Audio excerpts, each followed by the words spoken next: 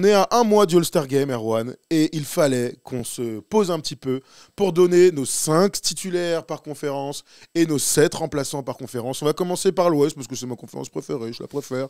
Et on va commencer avec ton 5 majeur. Alors, je vous rappelle... Non, vite fait les règles.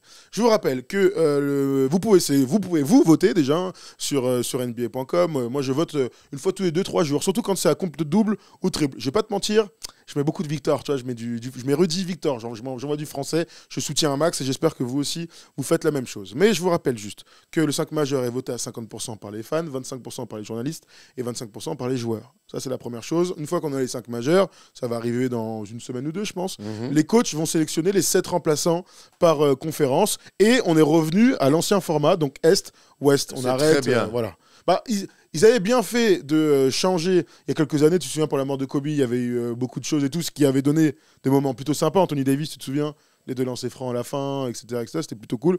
Mais bon, on a fait le tour. Revenons au basique, Est-Ouest. Encore faut-il que les joueurs jouent le jeu. Mais ce n'est pas le débat aujourd'hui.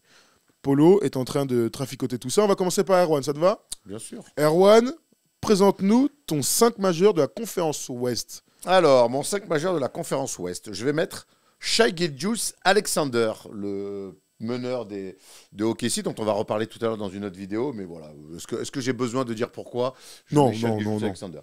Je mets... non, ça, c'est le tien qui est derrière moi. C'est le mien. Bah, attends, tu veux que je le prenne? Ah bah, non, c'est bon. Non, c'est bon, vas-y, c'est bon. Voilà. T'as vu qu'il y a une seule différence. Donc, vas-y, avance. Il n'y a que Ant-Man qui truc. Vas-y, avance. Je mets Anthony Edwards, qui fait une saison monstrueuse et qui a le meilleur bilan de la... Enfin, qui a le 2e meilleur bilan de la Ligue, qui est premier de la conférence Ouest. Et ça, j'ai eu envie. Et on sait que quand on vote comme ça, il y a plein de choses qui sont propres à chacun. Mais moi, le meilleur bilan de l'Ouest, j'ai eu envie de le mettre en avant. J'ai eu envie de récompenser les Timberwolves et Anthony Edwards. Donc, je le mets dans mon 5 majeur. Ensuite, je mets du KD, je mets du LeBron. Et je mets du Jokic, que du grand classique, même si pour LeBron et surtout pour KD, parce que pour moi LeBron a un statut un peu différent. Il y a une season tournament aussi qu'il a gagné. Il y a le season tournament, tous les MVP de la compétition, mais pour KD, je me suis beaucoup questionné, notamment par rapport à Paul George, parce que je voulais récompenser aussi les Clippers en mettant Paul George dans le 5 plutôt que Kawhi.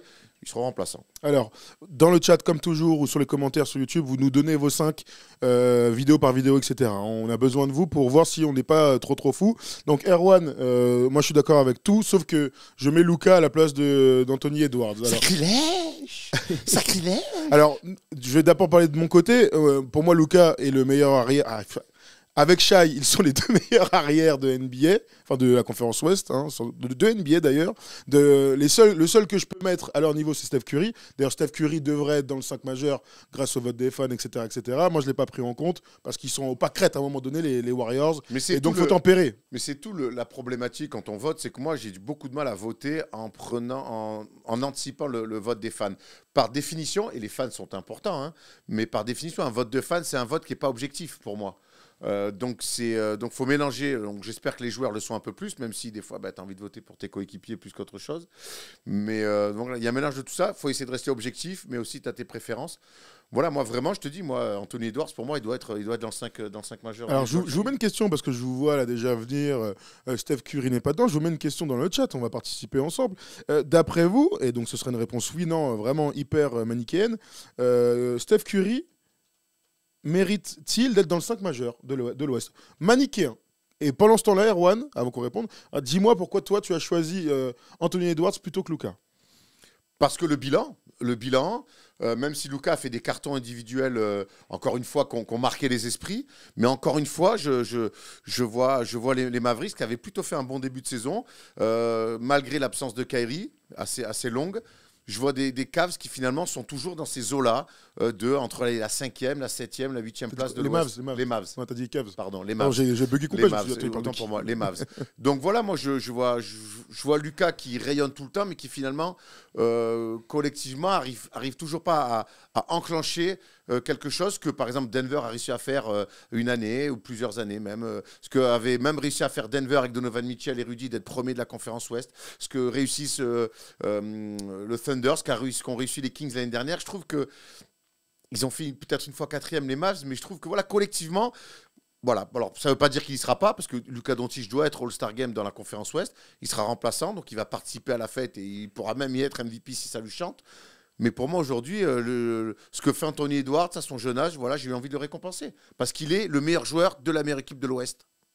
Ça se tient complètement. Là, de toute façon, il n'y a pas de mauvais choix. On parle que Non, du il n'y a pas de gratin. mauvais Du choix, gratin. exactement. Alors, je regarde quelques commentaires pour répondre à ça, Erwan. Est-ce que certains voient plutôt notre ami Lucas à la place?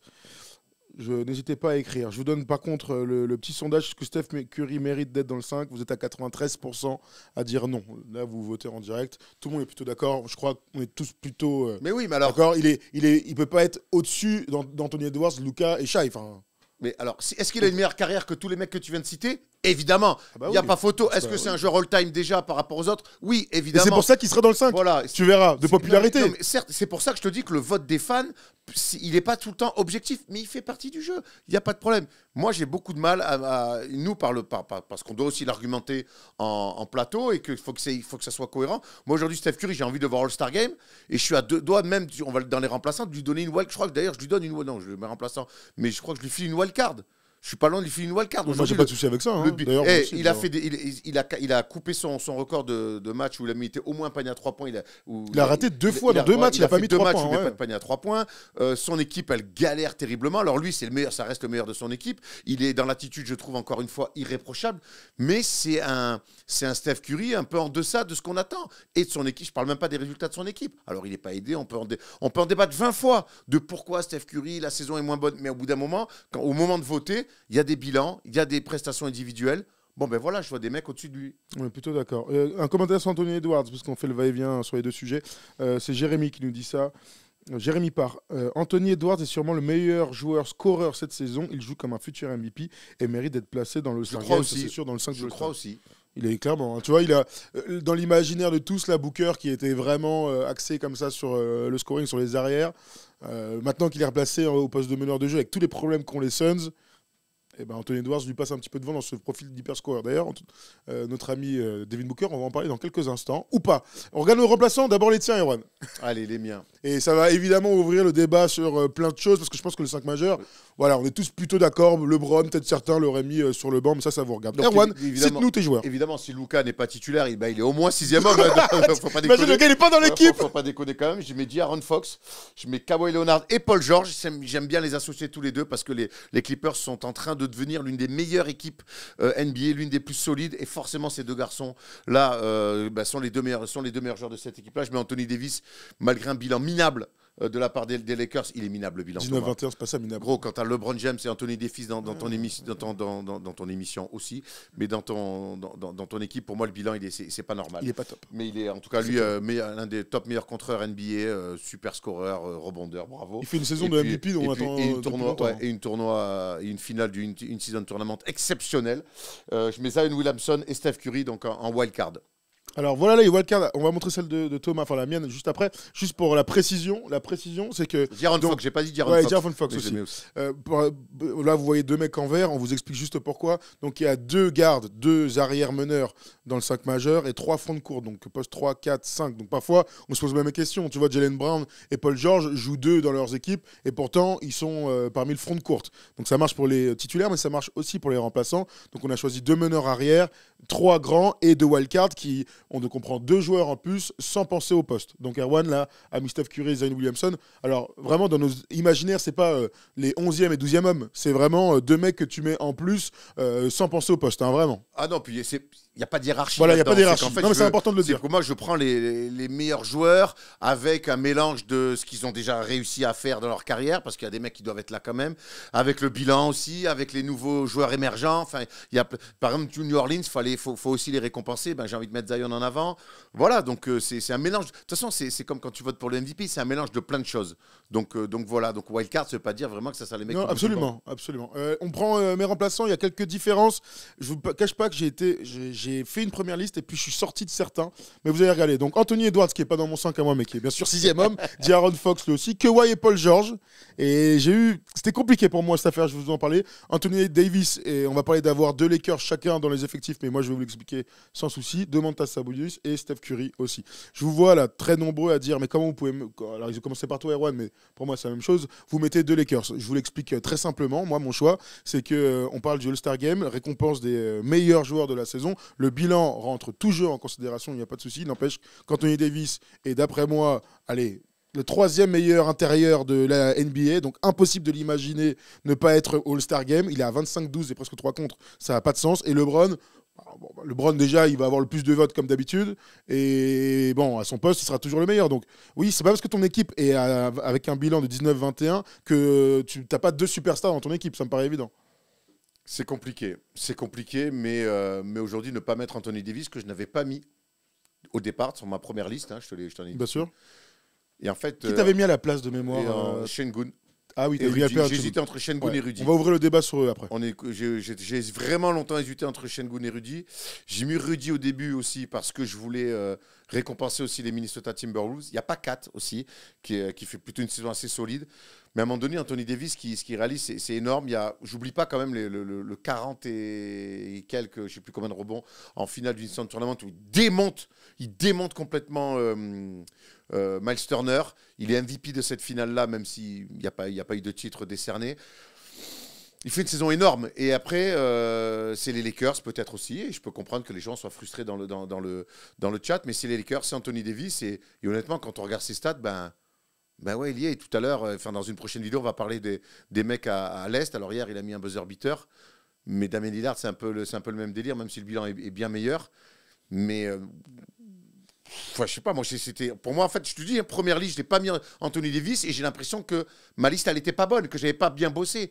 Donc, je l'ai remis. Alors, question pour vous, là, tout de suite, et je vais vous lire. Si on ne devait pas mettre de Lakers, j'imagine que c'est Anthony Davis ou LeBron d'ailleurs. Dites-nous lequel vous enlèveriez et qui est-ce que vous mettriez à la place. Dites-nous tout de suite. Pendant ce temps-là, je peux poser le débat d'après. Le débat, il doit être évidemment français. On parlera de Wemby dans quelques instants, mais Rudy Gobert. Rudy Gobert n'est dans aucune liste et pourtant on milite depuis plusieurs semaines en disant il est All-Star, votez pour lui. Il fait une saison d'All-Star sans aucun doute. Fait une saison de All-Star. Malheureusement, en NBA, la concurrence est tellement exceptionnelle. On rappelle, c'est la meilleure ligue du monde, c'est avec les meilleurs joueurs du monde, que la NBA a cette particularité que tu peux faire une saison de All-Star sans l'être. Et c'est arrivé à des millions, peut-être pas, à beaucoup de joueurs, de faire des saisons de All-Star sans l'être. La concurrence est telle. Et aujourd'hui, Rudy, il est là-dedans. Mais au final, moi, Rudy, qui me rassure, c'est qu'il est clairement en course pour être une nouvelle fois meilleur défenseur de la Ligue. Grand favori même. Grand favori. Et je pense qu'en ça, c'est peut-être ça le plus important.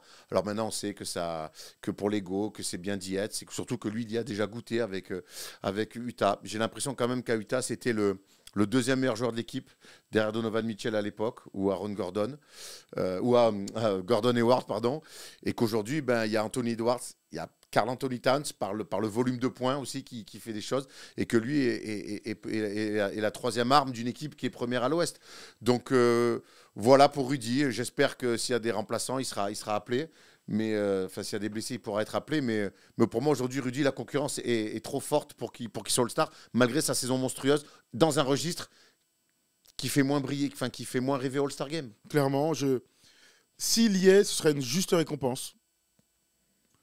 Je le mets pas parce que si je prends le côté factuel, j'ai trouvé d'autres joueurs qui ont autant d'influence sur leur équipe et qui ont de meilleurs stats. Voilà, moi je le prends vraiment dans... J'ai pris Sabonis à sa place parce qu'il a de meilleurs stats bruts. Voilà, à un moment donné, je suis obligé de hiérarchiser comme ça. J'ai pris Anthony Davis alors qu'ils ont un bilan qui est cata à côté des Wolves parce qu'il a vraiment des stats. Il met 2 fois plus de points par match. Alors, je vais pas commencer à tirer sur Rudy. Il a été très bon dans les oppositions aussi. Hein. Ouais, non, mais de toute façon, il a été bon. Il manque pas de match, Anthony Davis. Donc moi, je ne peux pas ne pas l'y mettre. Donc Rudy mérite. Ce serait une juste récompense pour l'incroyable défenseur qu'il est d'être sélectionné par les coachs, parce que c'est les coachs. Et d'ailleurs, je pense que c'est sa chance que ce soit les coachs qui votent, qui choisissent les remplaçants, parce qu'il n'y a rien de plus... allez, je ne vais pas dire objectif, mais en tout cas, il n'y a personne qui sait mieux ce que font les opposants que le coach. Tout à fait. Donc... Voilà, je souhaite qu'il y soit, quitte à sacrifier n'importe qui, honnêtement je m'en fiche, mais moi dans ma liste de 7, et elle est très difficile, je ne l'y mets pas. Je me dis aussi que ça peut être le premier remplaçant s'il y a une blessure. Mais moi, ça vaut ce que ça vaut. Hein. Tu vois, moi quand je fais ma liste, le premier, donc je fais mon 5 majeur dans mes remplaçants, le premier que je mets c'est Rudy Gobert. Il était en ballottage, hein. Il était en ballottage, il était dans mon premier truc, mais Après, il y a Şengün aussi, on en a parlé là. Attends, La on semaine accueille dernière. deux choses. Alors déjà, beaucoup disent LeBron non et Rudy oui. Alors sachez que LeBron il sera donc Ouais, mais mettez les gars. Enfin, après, je veux. enfin, je- C'est là qu'on en revient. Bon, oui, il y a bah, des votes de fans et tout, mais ah LeBron, bon, ce qu'il réalise, il est MVP du Instant Tournament. puis le- Il a 38 ans. Qui a envie de voir un All-Star sans LeBron, en fait? autant qu'il est en NBA, il sera dans le 5. Merci, déjà, quoi. Voilà. commençons comme ça. Il peut être à 8 points par match, il sera dans le 5. Mais bon, après là on est Mais sur un peu autre chose. Il n'est pas à 8 points, quoi. Oui, c'est clair, c'est clair.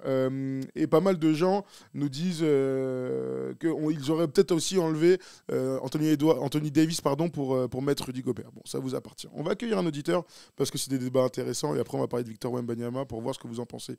C'est Adrien qui nous a appelé via Discord. Tu peux nous appeler toi aussi pour passer à l'antenne. Salut Adrien.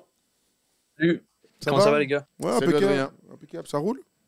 Ouais, ça va, très bien. Ouais. Bon, tu nous as écouté, tu as vu les 12 d'Erwan et les 12 miens de la conférence Ouais. Ouest. Là, on est en train de parler de Rudy Gobert. Est-ce que toi, tu le mettrais dans tes 12? Non, moi je le mettrais pas dans mes 12. Il le mériterait, mais je vois trop de mecs devant lui, en fait. Je vois trop de concurrence, même s'il est pour moi le meilleur défenseur de la ligue, ou l'un des meilleurs. Il est dans une équipe top 1 de conférence, mais j'arrive pas à le voir en fait au All-Star parce que t'as des mecs qui sont devant lui. Pour moi, t'as Sabonis qui est devant lui déjà. En wildcard, j'ai pris Sengun. Et sur mon front de courte titulaire, j'ai mis KD, Jokic et Davis. Tu Et mets voilà. deux Donc, Lakers pour moi, déjà, starters. dans l'intérieur, il est derrière eux. D'accord. Tu mets ok. deux Lakers titulaires, toi. Tu vas encore plus loin que nous. Non, je mets pas de Lakers titulaire, je mets Davis titulaire et dans mes remplaçants, je mets LeBron James. Ah, D'accord, d'accord, ok, ok. ok. Donc tu mets quand même le. D'accord, mais là je lis le chat en même temps, excuse-moi Adrien, mais beaucoup de parlent de la culture des stats, qu'il faut absolument récompenser Minnesota par un deuxième joueur, voire un troisième joueur. Ça, c'est des questions mais qu'on s'est posées et qu'on se pose à chaque fois.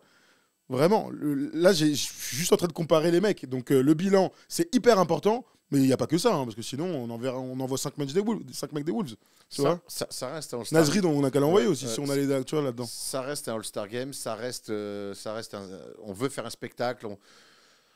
C'est pas simple. Après, comme dit Adrien, est-ce que le meilleur défenseur de la ligue, Ouais, c'est clair. il n'a pas sa place au All-Star Game? Ça veut Ouais. dire qu'on a vraiment, en fait, on chie sur tout le monde. Dans ce cas-là, J.R. Smith, il fallait l'envoyer chaque année. Ouais, t'as raison. On se serait amusé. Donc, au bout d'un moment, le All-Star Game, c'est aussi une récompense des meilleurs. Des meilleurs de la saison, et le meilleur défenseur fait partie des meilleurs. Donc, c'est toujours très compliqué. Moi, je ne l'ai pas mis, je te dis, parce qu'il y a eu Anthony Davis et que Anthony Davis fait une saison monstrueuse et que je suis même allé chercher leur confrontation directe pour me dire, bon, en fait. Et puis même- là, tu parles de défense, Anthony Davis, défensivement, voilà, il est et exceptionnel. défensivement, Anthony Il est Davis exceptionnel, les mecs. exceptionnel. Moi, la finale, vraiment la finale du Instant Tournament, je l'ai trouvé, c'était Shaq. Donc voilà, tout ça m'a marqué. Il a été le meilleur, le meilleur intérieur dans ce tournoi-là. Voilà, après Rudy, il est certainement peut-être victime aussi toujours un peu des mêmes choses, hein, de son côté plus défensif qu'offensif. On sait que dans des matchs comme ça, ben, c'est souvent ces types de joueurs-là qui payent ça. Espérons peut-être que les coachs seront plus avisés que nous. Voilà, souhaitons-le. Absolument. Il y a pas mal de noms qui reviennent là, dans le chat sur les absents dans nos listes. Ah, Mais les toujours. absents qui devraient y avoir. Bon, le premier, c'est Victor Wembanyama. Alors Victor, c'est pour les mêmes raisons. Alors Victor, les stats sont supérieurs. Maintenant, il est dans une des pires équipes il est dans une des pires équipes de la NBA. Et puis on en revient à la concurrence. On en revient à la concurrence monstrueuse. Tu vois, tous les mecs qu'il n'y a pas. Şengün, il n'y est pas. Rudy, il n'y est pas, avec le meilleur bilan à l'Ouest. Moi, En tout cas, moi, c'est j'ai pas pour- mis Sabonis, tu vois. Ouais. Donc, Donc, ils sont tous devant lui aujourd'hui. Aujourd'hui, pour moi, ils sont devant lui par rapport à l'expérience, par rapport aux stats qu'ils font aussi. Il n'y a pas non plus un delta. Par rapport au bilan, Victor, il ira au All-Star Game. Il y sera d'ailleurs en faisant le skill Oui, challenge. on l'a appris aujourd'hui à Et faire le ce skill qui- challenge et le Rising Star normalement. Mais, et puis en fait, on va pas revenir sur la gestion des Spurs, mais pour moi, les Spurs l'ont géré d'une telle manière qu'en fait, très tôt, très vite, on a compris qu'ils ne voulaient pas lui faire monter une sur-hype pour l'envoyer au All-Star Game. Bon, il paye peut-être aussi ça. T'es d'accord avec ça, Adrien, toi? Bah ouais, moi je suis d'accord. Rien que récemment, quand on voit qu'il joue que 24 minutes grand max, ça t'arrête pas pour la candidature au All-Star Game, même s'il joue très bien, il claque un triple-double et tout. C'est pas fait pour qu'il aille au All-Star Game. Et même statistiquement, quand tu regardes par rapport au bilan, c'est pas assez. Sengun, les stats sont à peu près les mêmes, peut-être un peu moins bon défensivement, donc rebond est contre, mais il fait plus de passes D, il est dans une meilleure équipe, et c'est aussi le meilleur joueur d'une équipe top 10 de la conférence Ouest. Donc pour moi, rien que Sengun mérite plus que Wemby, même si Wemby ne démérite pas en soi en fait. Mais c'est marrant de parler de Wembanyama, et c'est normal, on est pro-français, mais on peut parler de son concurrent en direct pour le titre de rookie de l'année, et on n'en a pas parlé, c'est Chet Holmgren. Alors, qui lui, pourtant, a un bilan Mais exceptionnel. lui qui a un bilan exceptionnel, super qui est 2 fois rookie du mois dans la conférence Ouest. Et qui joue comme un All-Star, disons-le. Qui joue comme un All-Star, Ah ouais. dans une équipe très, très sérieuse de la conférence Ouest. Et regarde, je sais pas combien de temps, depuis combien de temps on débat de nos All-Stars à l'Ouest, et c'est la première fois que son nom sort. Donc ça montre bien la concurrence monstrueuse qu'il y a là-dessus. Donc pour moi, Victor, aujourd'hui, on adorerait le voir, mais il n'y sera pas. Et là, je peux le dire, je peux l'affirmer qu'il n'y sera pas. Ce serait très surprenant. Ça, c'est clair. D'ailleurs, les fans n'ont pas poussé plus que ça pour l'avoir. Pas plus que ça. Il est 6e ou 7e de l'Ouest. On va pas s'éterniser sur ce débat-là, mais moi, je pense que la gestion des Spurs l'a pas aidé. Je te dis pas que s'il lui avait filé 35 minutes, il y serait allé automatiquement. Il y a plus de chances quand même. Mais en tout cas, les stats qu'il fait en 20 minutes. Ouais. D'ailleurs, Victor joue ce soir. Hein, pour ceux qui regardent en différé, désolé. Mais dans une demi-heure, il y a Atlanta-San Antonio. Mais la gestion des Spurs lui a fait un petit peu tomber sa hype, et je pense qu'il le paye potentiellement pour ce match-là. Bon, il y a d'autres grands noms qui sont absents. Et des superstars. Il y a 2 superstars qui me viennent tout de suite en tête. C'est Devin Booker et Kyrie Irving. 2 joueurs qui ont manqué des matchs. 2 joueurs qui sont très bons quand ils jouent. Ils ont manqué beaucoup de matchs pour l'un et pour l'autre. Adrien, ce serait quand même étonnant de voir l'un ou l'autre passer le cut et aller au All-Star Game. Hein. Attends, je rajoute à ça James Harden aussi, dont on n'a pas parlé. James Harden. Oui, c'est vrai. Ouais. Parce que James Harden est très avancé dans les votes des fans. Il est 4e, Oui, je crois. tout à fait. Et il fait une saison de All-Star lui aussi. Hein. Oui, aussi. Alors, est-ce qu'il y en a un des 3 qui peut passer le cut? Saison de All-Star, tu t'enflammes un peu quand même. Bah si, il y a 18 et 10. Autant il y a une année avec Philly, il y va pas, c'est un scandale. L'année dernière, il y va pas, c'est un il a scandale. dit qu'il voulait pas y aller. Ouais, d'accord. Mais Si, oui, attends, mais en ils fait, sont il forts y va- depuis il- qu'ils jouent, ils sont il y super va pas. bons. Non, mais alors, par contre, que ça soit une pièce, qu'il se soit greffé comme une pièce manquante aux Clippers, et qu'il arrive maintenant aujourd'hui à dose homéopathique, à donner les ballons, tantôt être clutch, tantôt prendre des tirs à lui, tantôt faire jouer tout le monde. Là-dessus, c'est pas que la greffe soit parfaite, et on l'imaginait pas, certes. Je suis pas de moi. Il a 17 points, 8,4 passes, 4,6 rebonds, sachant que c'est le 3e scoreur. Il y a 2 mecs qui marquent 23 et 24. Franchement, il joue comme un All-Star. Il fait gagner des matchs et tout. Avec la concurrence monstrueuse qu'il y a sur le. Oui, non, mais je te dis qu'il joue comme un All-Star. Je t'ai pas dit que je le mets dans l'All-Star Game. Il joue comme un All-Star. Autant l'année dernière, j'avais trouvé très sévère qu'il y soit pas. Cette année, ça me paraît un peu plus logique. Tu dis quoi, Adrien? Alors, du coup, James Harden ou l'un des 2 autres, peut-être? Moi, j'ai mis Booker en wildcard personnellement et j'ai enlevé Curry. Ah ouais, alors explique-nous, incroyable. Bah moi, c'était vraiment à cause du bilan, en fait, quand tu regardes les Warriors. Au début de l'année, je me suis dit, bah, en fait, Curry, quand il commence à jouer, je me dis, bah, en fait, c'est un MVP. Il est niveau MVP au tout début de l'année. Il lâche vraiment des gros matchs. Et au fait, au fil de la saison, bah, il continue à bien scorer, mais l'équipe ne suit pas, quoi. Et en fait, moi, ça me fait. Je me dis qu'il a à peu près les mêmes stats que Booker, mais avec un bilan moindre. Donc, quand même. pour moi, Booker en wildcard, je dis pas que Booker il mérite surtout pas d'être titulaire. Et pour moi, dans le backcourt, même en remplaçant, il y a Anthony Edwards et De'Aaron Fox devant. Mais pour moi, si je devais choisir entre Booker et Curry, bah moi je mets Booker. Surtout qu'il s'est très bien acclimaté à son nouveau poste. C'est pas son poste naturel et que franchement, ce qu'il fait, c'est pas mal. Ouais. Alors moi, j'aime beaucoup Devin Booker, je l'ai beaucoup défendu. J'ai quand même l'impression que le rôle de meneur, autant sur les 10 premiers matchs, je le trouvais. Enfin, les 5 premiers matchs, je le trouvais parfait et juste à souhait sur ce rôle-là. J'ai quand même l'impression que sur les 10 derniers matchs, voire un peu plus, il force un peu le rôle. Il a du mal à trouver un petit peu le juste équilibre entre faire jouer l'équipe, entre scorer. Et puis surtout, il perd des matchs. Alors là, ça va un peu mieux depuis qu'ils arrivent enfin à jouer à 3. Mais en tout cas, tout ce chamboulement de début de saison entre les matchs qu'il a ratés, trouver le bon ajustement sur ce poste de meneur-là, cette année, ça doit lui coûter sa place de All-Star. Et puis moi, pour revenir sur Steph Curry, j'ai un peu une théorie et je rejoins Thomas là-dessus, c'est que moi, des mecs qui potentiellement vont finir top 10 all-time, moi, je les envoie All-Star, hein, surtout quand ils continuent à mettre quasi 25 par match. Ah bah ça, il n'y a pas de doute. Hein. C'est l'histoire de la NBA qui montre ça. Hein. C'est le rendez-vous des superstars. Les All-NBA, c'est le rendez-vous des mecs qui ont taffé sur la saison. C'est pas la même lecture, c'est pas le même moment. Et là, on récompense aussi les mecs qui ils vont pas lâcher une petite étoile à Steph Curry parce que ça va un peu moins bien, sachant que tu l'as dit tout à l'heure, il avait commencé très très fort sa saison. Bon, Kyrie a joué 24 matchs, donc bon, il est même pas, même pas dans la course, trop blessé le petit peton. Ouais, normal, ça fait un moment qu'on l'a pas vu All-Star Game, Kyrie Irving. Ah, tu crois? Attends, je te dis ça. Quand même, tu vois, lui aussi, il est quand même rentré dans un drôle. Pour un joueur comme Kyrie, si ça fait 2 ans ou 3 ans qu'on l'a pas vu. Non, il a été à Brooklyn l'année dernière. L'année dernière, en fait, il est All-Star. Déjà? Oui, l'année Okay, dernière. L'année d'avant, il est pas All-Star, mais l'année d'avant, c'était la deuxième avec Brooklyn, il était All-Star. Ok, autant Donc, pour moi. donc non, il est quand même vachement All-Star. Est-ce qu'il y a un autre oublié dans tout ça qu'on aurait pu citer en plus? J'ai l'impression qu'on a fait le tour. Hein, pas de Ja Morant. Regarde, t'as mis Zion, toi. Ouais, pas de Ja Morant, évidemment. Bah, t'as mis Brandon Ingram, Zion, ouais. CJ McCollum, que j'ai envie de citer. Je te dis pas qu'il faut qu'ils y soient parce que de la concurrence, pour moi, il y a des joueurs meilleurs.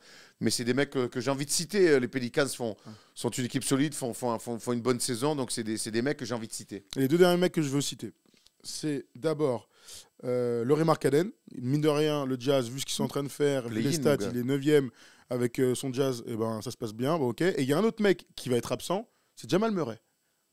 Et tu te souviens, l'année dernière, je disais que après ce titre extraordinaire, son niveau de jeu fantastique, c'était le moment pour que Jamal Murray truste absolument tous les trucs individuels.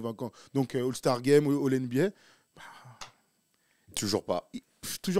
Toujours pas pour Jamal Murray. Après son début de saison, il est un peu tronqué avec une blessure. Ah bah, il est pas un peu tronqué, ça change tout. Oui, d'accord. Mais c'est la raison pour laquelle il sera pas All-Star. Mais aujourd'hui, la concurrence, elle est telle que 2 semaines de méforme, une blessure. Et tu peux pas être All-Star. Non, mais c'est en plus, clair, surtout dans la conférence Ouest, tu peux pas être All-Star. Donc voilà, ça enlèverait en qualité de Jamal Murray. Je pense que quand même pour lui, son but, il est ailleurs, c'est de garder le titre, c'est de faire un back-to-back. Après, on sait que quelque part, individuellement, il y court après cette première sélection All-Star Game. Ça fait vraiment penser à Mike Conley avec les Memphis Grizzlies, qui a été All-Star très tard. Et même pas avec son équipe. Et même pas avec les Grizzlies. Hein, Jamal Murray, je vous donne ses stats, il a 27 matchs joués. Il a 20,6 points, 6,4 passes, 3,7 rebonds. Normalement, ça, au vu de ce qu'il a fait l'année dernière, c'est t'envoie All-Star Game tranquille. Si tu as joué 32, 30, voilà, tu as un peu plus de 30 matchs, normalement, ça t'envoie All-Star Game.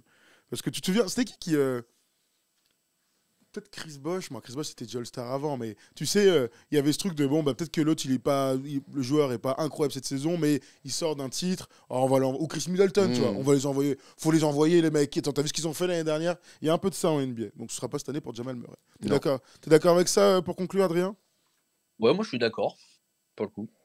Parce que Murray. Adrien, il met pas Steph Curry, il va pas envoyer Jamal Murray. Hein.